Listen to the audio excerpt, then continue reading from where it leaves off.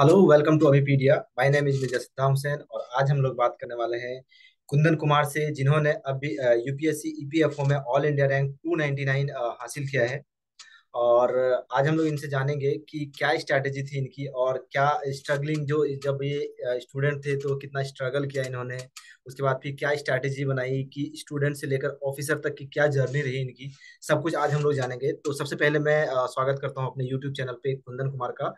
Welcome Kundan, how are you? Thank you sir, I am fine. और कैसा लग रहा है? सबसे पहले तो ये बताइए कि जब आपको आपका रिजल्ट आया तो कैसा फीलिंग था आपका और आपके घर वालों का?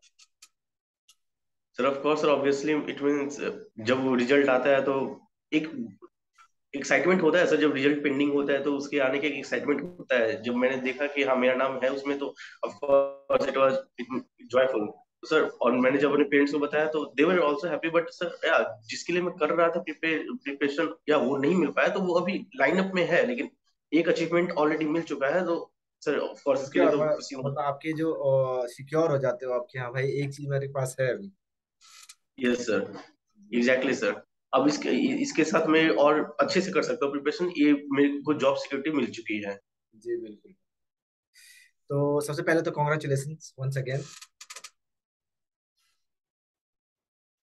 हेलो, आप सुन पा रहे हो? Thank you sir. Yes sir, yes sir, yes sir. सबसे पहले तो आप मुझे अपने बारे में कुछ बताइए कि क्या मतलब किस टाइप से, आप कहाँ से बिलोंग करते हो, एजुकेशन क्वालिफिकेशन क्या रही है आपकी। तो कुछ अपने बारे में बताइए, आपके पेरेंट्स क्या करते हैं। यस सर, तो मैं पटना बिहार से हूँ। मेरी स्कूलिंग यहीं पटना पटना में ही हुई थी। जी,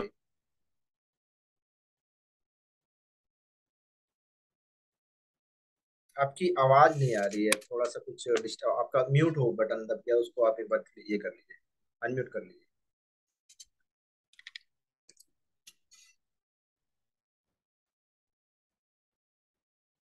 नहीं, ऑडिबल नहीं हो, अनम्यूट आप वहाँ पे देखिए, कॉर्नर में आपका अनम्यूट बटन आता होगा, वहाँ पे उसको।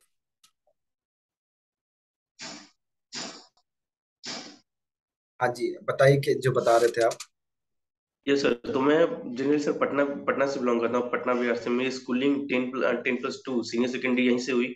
बट जी फिर मैंने जेई का फॉर्म भरा और फिर काउंसलिंग के थ्रू मुझे पंजाब पंजाब यूनिवर्सिटी मिली थी। तो जी मैं वहाँ गया, वहाँ बीटेक किया मैकेनिकल से। फिर वहाँ पे करने के बाद एक साल कैंपस प्लेसमेंट होने के बाद मैंने जॉब भी किया, बट वो मजा नहीं आ रहा था। जी मुझे सर, मैंने उस टाइम जो एक टेक एंट्री आती थी आर्मी और डिफेंस डिफेंस सर्विस में टेक एंट्री आती है। जी तो जी। मैंने उसके थ्रू टेक एंट्री भी दिया था, तो मैं रिकमेंड नहीं हो पाया था, लेकिन मैं फाइनल स्टेज तक पहुंचा पहुंचा था।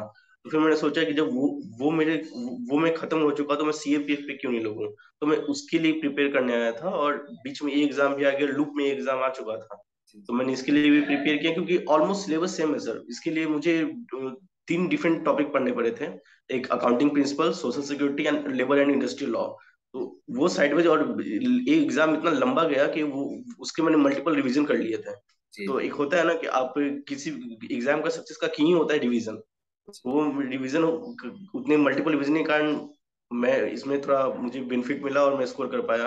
और वो एग्जाम भी अभी साइडवाइज है, अभी हालांकि उसका इंटरव्यू अभी पेंडिंग है सर। तो देखते हैं क्या जाता है सीएपीएफ में भी उसका। सिलेक्शन हो चुका है, मतलब सर, इंटरव्यू के लिए कॉल आ गया है? या इंटरव्यू के लिए कॉल आया हुआ है सर। जी जी जी जी। तो सबसे पहले तो ये बताइए कि मान लीजिए आपने मतलब सीएपीएफ के अलावा भी और कोई गवर्नमेंट जॉब की प्रिपरेशन कर रहे थे, या फिर सिर्फ सीएपीएफ या यूपीएस, सीएपीएफ और यूपीएससी? एसएस ये सर, बिहार के इंटरनल एग्जाम्स और एसएससी के एग्जाम्स भी, एसएससी फेज 9 जनरली, फेज 9 में भी मेरा रिजल्ट ऑलरेडी ऑलमोस्ट हो चुका है। जी उसके लिए भी अपने डॉक्यूमेंट स्क्रूटनी के लिए मैंने भेज दिया है, बट ये अभी आ गया।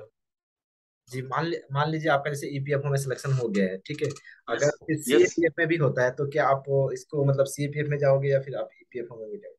ऑफ कोर्स सर, सीएपीएफ में जाना चाहूंगा। वो एक ड्रीम है सर, मतलब वहां पे जाना चाहता हूँ मैं, जी उस जी। सेक्टर में। चलिए, बहुत अच्छी बात है, and all the best for your CAPF exam. Yes sir, thank और यू सर। जैसे कि आपने बताया सीएपीएफ का एग्जाम आप प्रिपरेशन कर रहे थे, यूपीएससी का कर रहे हैं, एसएससी का कर रहे थे, तो उन एग्जाम से आपको ईपीएफओ एग्जाम में मतलब कितना फायदा मिला आपको?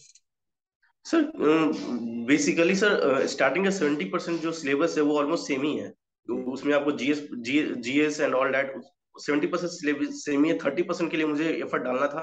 तो सर वो आपके चैनल के through, generally sir accounting principle हम लोगों को पता नहीं होता है अकाउंटिंग प्रिंसिपल के बारे में। जी। जो मैम मैम ने अकाउंटिंग प्रिंसिपल पढ़ाया था, सर ने अकाउंटिंग प्रिंसिपल पढ़ाया था, उससे मुझे बहुत हेल्प मिली। फिर लास्ट में इंटरव्यू प्रोग्राम सर के घर, प्रोफेसर के घर का इंटरव्यू प्रोग्राम, उनसे उन्होंने मुझे बहुत गाइडेंस दिया इंटरव्यू के लिए। तो सर अभी पीडिया स्टार्टिंग से ही उनके साथ उसके साथ जुड़ा था। और इंडस्ट्रियल लॉ हालांकि मैंने दूसरे से किया था, लेकिन अकाउंटिंग प्रिंसिपल तो मैं इसी चैनल से किया हूँ। जी जी। आ, और जैसे मान लीजिए कि अगर हम लोग वीक एरियाज देखें कि बहुत सारे स्टूडेंट का वीक एरियाज होता है, कुछ फेवर में भी होते हैं, स्ट्रॉन्ग एरियाज होते हैं। तो आपके कौन से एरियाज थे जो स्ट्रॉन्ग एरियाज थे और कौन से वीक एरियाज थे?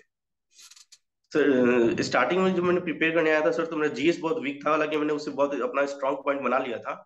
लेकिन फिर ईपीएफओ के लिए, स्पेशली ईपीएफओ के लिए accounting principle and industrial laws, जो ऑलमोस्ट नहीं पढ़ते हैं, कोई भी जनरल स्टूडेंट नहीं पढ़ते हैं, तो ये वीक एरिया था। जी जी। तो इसके लिए आपने जो वीक एरियाज थे उसके लिए मतलब किस टाइप से स्ट्रैटेजी बनाई थी? सर स्टार्टिंग तो मैंने सोचा था कि हालांकि मुझे इसमें टाइम बहुत लंबा मिल गया था, तो मैंने सोचा था कि पहले मैं कोई बुक कवर कर लेता हूँ। उसके बाद एक मल्टीपल सोर्सेस से मैंने पढ़ने का ट्राई किया कि कहीं और से भी ले लूँ। उसके बाद मल्टीपल रिवीजन का भी मैंने रखा था, तो मैंने वो पढ़ा। उसके बाद फिर अकाउंटिंग प्रिंसिपल मैंने अभी पीडिया से किया था। फिर करंट अफेयर का जो होता है सर पोर्सन, जो सबसे इंपॉर्टेंट होता है, उसका मैंने मल्टीपल रिवीजन किया था। और फिर ये जो भी इतने मल्टीपल रिवीजन किए ना, उसी कारण मैं इतना स्कोर भी कर पाया हूँ। आपके एक सब्जेक्ट और होता है यहाँ पे, सोशल सिक्योरिटी। ठीक है, तो सोशल यस सिक्योरिटी यस के लिए सर। क्या था आपका, मतलब क्या स्ट्रैटेजी थी, सर क्योंकि वो भी एक अलग टाइप का सब्जेक्ट था वो। ये नहीं sir, actually sir CAPF exam में आप प्रिपेयर करते हैं तो आप राइटिंग का प्रैक्टिस करते हैं, उसमें गवर्नमेंट स्कीम्स के बारे में आप पढ़ते हैं। जी हाँ जी। ईएसआईसी में आप जो ईपीएफओ जनरली तीन जो प्रोग्राम जो चलाती है, उसके बारे में अवेयर नहीं था, तो वो मैंने पढ़ा। लेकिन ऑलमोस्ट जो सोशल सिक्योरिटी एग्जाम जो इंडिया में चल रहे थे, उसके लिए मैं अवेयर था। एपीएस एनपीएस ये सब के लिए मैं सीपीएफ में अवेयर हो चुका था। जी। और जैसे कि इंग्लिश की अगर हम लोग बात करें, सीएपीएफ की इंग्लिश, आप जैसे सीएपीएफ की प्रिपरेशन करते हैं, सीएपीएफ की इंग्लिश और यहाँ की इंग्लिश में बहुत फर्क होता है। जैसे कि और यस एक सर। बहुत बड़ा रोल प्ले करता है इंग्लिश आपका, जैसे 15 से 20 क्वेश्चन पूछे गए थे। ठीक है, यस सर। जैसे कि यहाँ की इंग्लिश में आपको मतलब कैसे, किस टाइप से फायदा मिला और क्या स्ट्रेटेजी बनाई थी आपने? सर एक नॉर्मल बंदा भी अगर कोई किसी चीज की प्रिपरेशन कर रहा है, एसएससी की प्रिपरेशन अगर नॉर्मल बंदा कर रहा है, तो वो ऑलमोस्ट 80% ईपीएफओ की इंग्लिश क्रैक कर सकता था। तो इसका इंग्लिश का इतना उतना हार्ड नहीं है जितना कहा जा सकता है। बिल्कुल, मतलब पैटर्न लेकिन पैटर्न अगर हम लोग देखें तो यूपीएससी से कम और एसएससी से ज्यादा मिल रहा था इसका। यस सर, यस सर, और एग्जैक्टली आप सर। आपने एसएससी की भी प्रिपरेशन कर रखी थी आपने, यस सर। तो वहाँ उसका पे उसका भी प्रॉफिट मिला था सर। जैसे कि अगर हम लोग इंटरव्यू की बात करें, ठीक है, तो इंटरव्यू की जब आपको पता है कि कॉल आया कि आपका मेंस निकल गया है, आपको इंटरव्यू के लिए बुलाया गया है, तो इंटरव्यू का प्रिपरेशन आपने मतलब किस दिन से स्टार्ट कर दिया और किस टाइप से, क्या स्ट्रेटेजी रही आपकी? सर स्टार्टिंग में तो मैंने दिव्या कृति सर का मैंने देखा था इंटरव्यू के लिए कैसे प्रिपेयर करते हैं। जी तो मैंने उन्हीं की बेसिस पे मैंने कुछ क्वेश्चन अज्यूम करी, खुद से कुछ क्वेश्चन अज्यूम किए, दोस्तों से क्वेश्चन पूछे कि किस टाइप के क्वेश्चन पूछे जा सकते हैं। मैंने उन क्वेश्चन पे अपना वर्क काम किया। उसके बाद सर इंटरव्यू गाइडेंस प्रोग्राम अभी अभी अभी पीडिया पे ने मेरा बहुत हेल्प किया है। एक मैंने इस पे 2 इंटरव्यू दिए थे सर। एक तो स्टार्टिंग में जब हुआ था कि इंटरव्यू आने वाला है, जब मेरा स्कोर अच्छा था, जब मैंने रिजल्ट आ गया, तब मैंने मैम के पैनल में दिया था एक इंटरव्यू। उसके बाद जब लास्ट में जब मेरे को कॉल आ गया इंटरव्यू का, तो प्रोफेसर के घर सर का इंटरव्यू दिया, और उन्होंने मुझे बहुत गाइड किया। उन्होंने बताया कि कॉन्फिडेंट रहना है, उन्होंने बताया क्या क्या नहीं करना है, जी। उन्होंने कौन सी गलती अवॉइड करने को कहा। तो उससे उस सर ने मेरी बहुत हेल्प की है इंटरव्यू में भी। चलिए, और इंटरव्यू के लिए जो आपने करंट अफेयर था, तो उसमें करंट अफेयर को कैसे, मतलब किस टाइप से स्ट्रेटेजी बनाई थी आपने current affair? Sir current affair तो मैं पढ़ ही रहा था, सीएपीएफ के लिए भी पढ़ रहा था, इसके लिए पढ़ ही रहा था, तो उसके लिए मुझे एक्स्ट्रा एफर्ट डालने की जरूरत नहीं पड़ी। लेकिन हाँ ईएसआईसी के ईएसआईसी जो प्रोग्राम चला रही थी, उसके लिए जो करंट अफेयर था, तो वो मैंने उसके वेबसाइट पे जाके ऑलमोस्ट मैंने पढ़ लिया था।